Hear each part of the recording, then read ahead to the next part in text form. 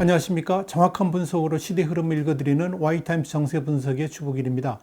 개성 있는 남북 공동연락사무소가 폭파됐습니다. 남북 평화도 폭파됐고요. 대한민국이 공격당한 겁니다. 그리고 국민 세금 707억 원도 날아갔습니다. 북한이 16일 오후 2시 50분경에 개성공단 내 남북 공동연락사무소를 폭파했죠. 김여정 북한 노동당 제1부부장이 형체도 없이 무너지는 비참한 광경을 보게 될 것이라고 예고한 지 사흘 만에 벌어진 일입니다.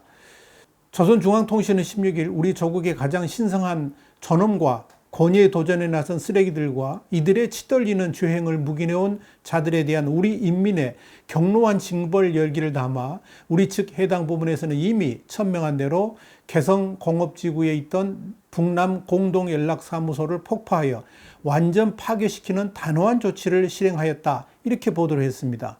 통신은 이어 북남 사이의 모든 통신 연락선들을 차단해버린 데 이어 단행된 이번 응징 조치는 절대로 다쳐서는 안 될 우리의 최고 존엄을 건드린 자들과 아무런 가책도 반성 기미도 없는 자들로부터 반드시 죗값을 받아내기 위한 우리의 1차적인 첫 단계의 행동이라 그러면서 우리는 남조선 당국의 태도를 지켜보면서 차후 처신, 처사 여부에 따라 연속적인 대적 행동 조치들의 강도와 결행 시기를 정할 것이다. 이렇게 경고를 했습니다.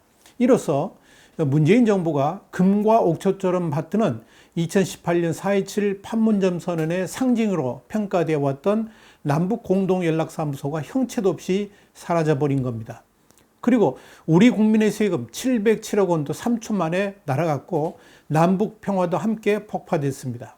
여기서 국민 세금 707억 원이라는 게 뭐냐면 남북 공동연락사무소 건립 보수에 든 돈이 177억입니다. 그리고 함께 무너진 개성공단 종합지원센터에 투입된 금액이 530억 원입니다. 이걸 포함해서 말씀드리는 겁니다.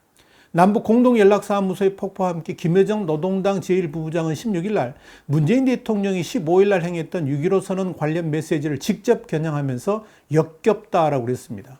김여정은 이날 철면피한 감원 이사를 듣자니 역스럽다는 제목의 담화를 통해서 2000년 6.15 공동선언 서명 시에 남측 당국자, 여기서 남측 당국자라는 것은 김대중 전 대통령을 말하는 겁니다. 이 김대중 전 대통령이 착용했던 넥타이까지 빌려매고 2018년 판문점 선언 때 사용했던 연탁 앞에 나서서 상징성과 의미는 언제나와 같이 애써 부여하느라고 했다는데 그 내용을 들어보면 새삼 혐오감을 금할 수 없다 그랬습니다. 그러면서 한마디로 맹물 먹고 속이 얹힌 소리 같은 철면피하고 뻔뻔스러운 내용만 구구하게 늘어났다라고 했습니다. 그러면서 김여정은 명색은 대통령의 연설이지만 민족 앞에 지닌 책무와 의지, 현 사태 수습의 방향과 대책이란 찾아볼래야 볼 수가 없고 자기 변명과 책임회피, 뿌리 깊은 사대주의로 점철된 남조선 당국자 연설을 듣자니 저도 모르게 속이 메쓱메쓱해지는 걸 느꼈다라고 그랬습니다. 이어지는 김여정 담화에는 현재의 남북관계 현실과 그리고 북한이 문재인 정부를 어떻게 보고 있는지에 대한 시각이 오롯이 담겨 있습니다. 조금 길긴 하지만 그대로 인용해서 읽어드리겠습니다. 남조선 당국자, 문재인 대통령을 지칭하는 겁니다. 남조선 당국자에게는 무엇을 잘못했는지에 대한 인정도 없고 눈꽃만큼의 반성도 없으며 대책은 더더욱 없다. 제가 저지른 잘못에 대해 책임을 지지 않고 남에게 넘기려는 것은 비열한들이나 하는 짓이다. 이런 뻔뻔함과 추악함이 남조선을 대표하는 최고 수권자의 연설에 비낀 것은 참으로 경악스러운 일이라 아니할 수 없다. 이번 연설을 뜯어보면 북남 관계가 진전을 이루지 못하고 있는 것이 죄다 그 무슨 외적 요인에 있는 듯이 밀어버리고 있다. 연설대로라면 북남 관계가 한 발자국도 나가지 못한 것이 남조선 내부의 사정 때문이고 미국과 국제사회의 지지가 따라서지 못했기 때문이라는 것인데 과거 그토록 입에 자주 올리던 운전자론이 무색해지는 변명이 아닐 수 없다.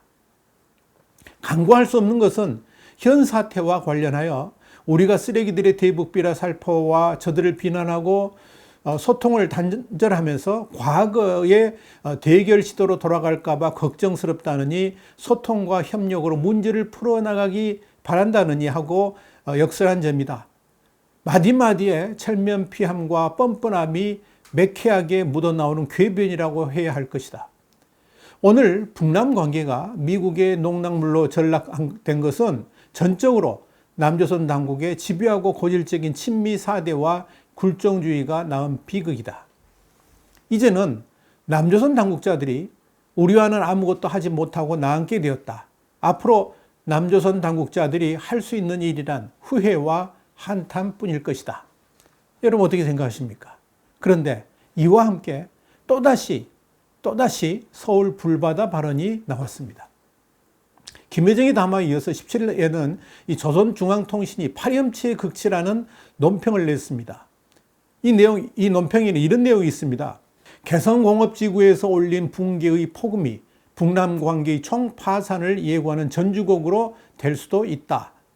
이를 명심하고 이 뿌리를 함부로 놀리지 말아야 한다. 이렇게 경고를 했습니다. 그러면서 이 통신은 남북관계 파국의 책임이 남측에 있다 그랬습니다. 말과 행동에는 결과가 따르게 되어 있다. 입건사를 잘못하면 이제 잊혀져 가던 서울 불바다설이 다시 떠오를 수도 있고 그보다 더 끔찍한 위협이 가해질 수도 있겠는데 그 뒷감당을 할 준비는 되어 있어야 하리라고 본다라고 했습니다. 한마디로 서울을 향한 군사공격도 감행할 수 있다고 협박을 한 셈입니다. 이렇게 북한의 대남 협박이 눈앞이 현실화되고 있는 시점에서 문재인 정부는 그야말로 아무 의미 없는 헛발질을 계속하고 있습니다. 심지어 북한이 남북 공동연락사무소를 폭파하기 하루 전날 문재인 정부가 북한의 특사를 파견하겠다고 간청한 사실이 조선중앙통신을 통해 공개되었습니다. 이 통신은 17일 남조선 당국이 특사 파견을 간청 이런 제목의 기사를 통해서 15일 날 남조선 당국이 특사 파견을 간청하는 서푼짜리 광대극을 연출하였다라고 보도했습니다. 문재인 정부를 향해 창피 주기가 엿보이는 대목입니다.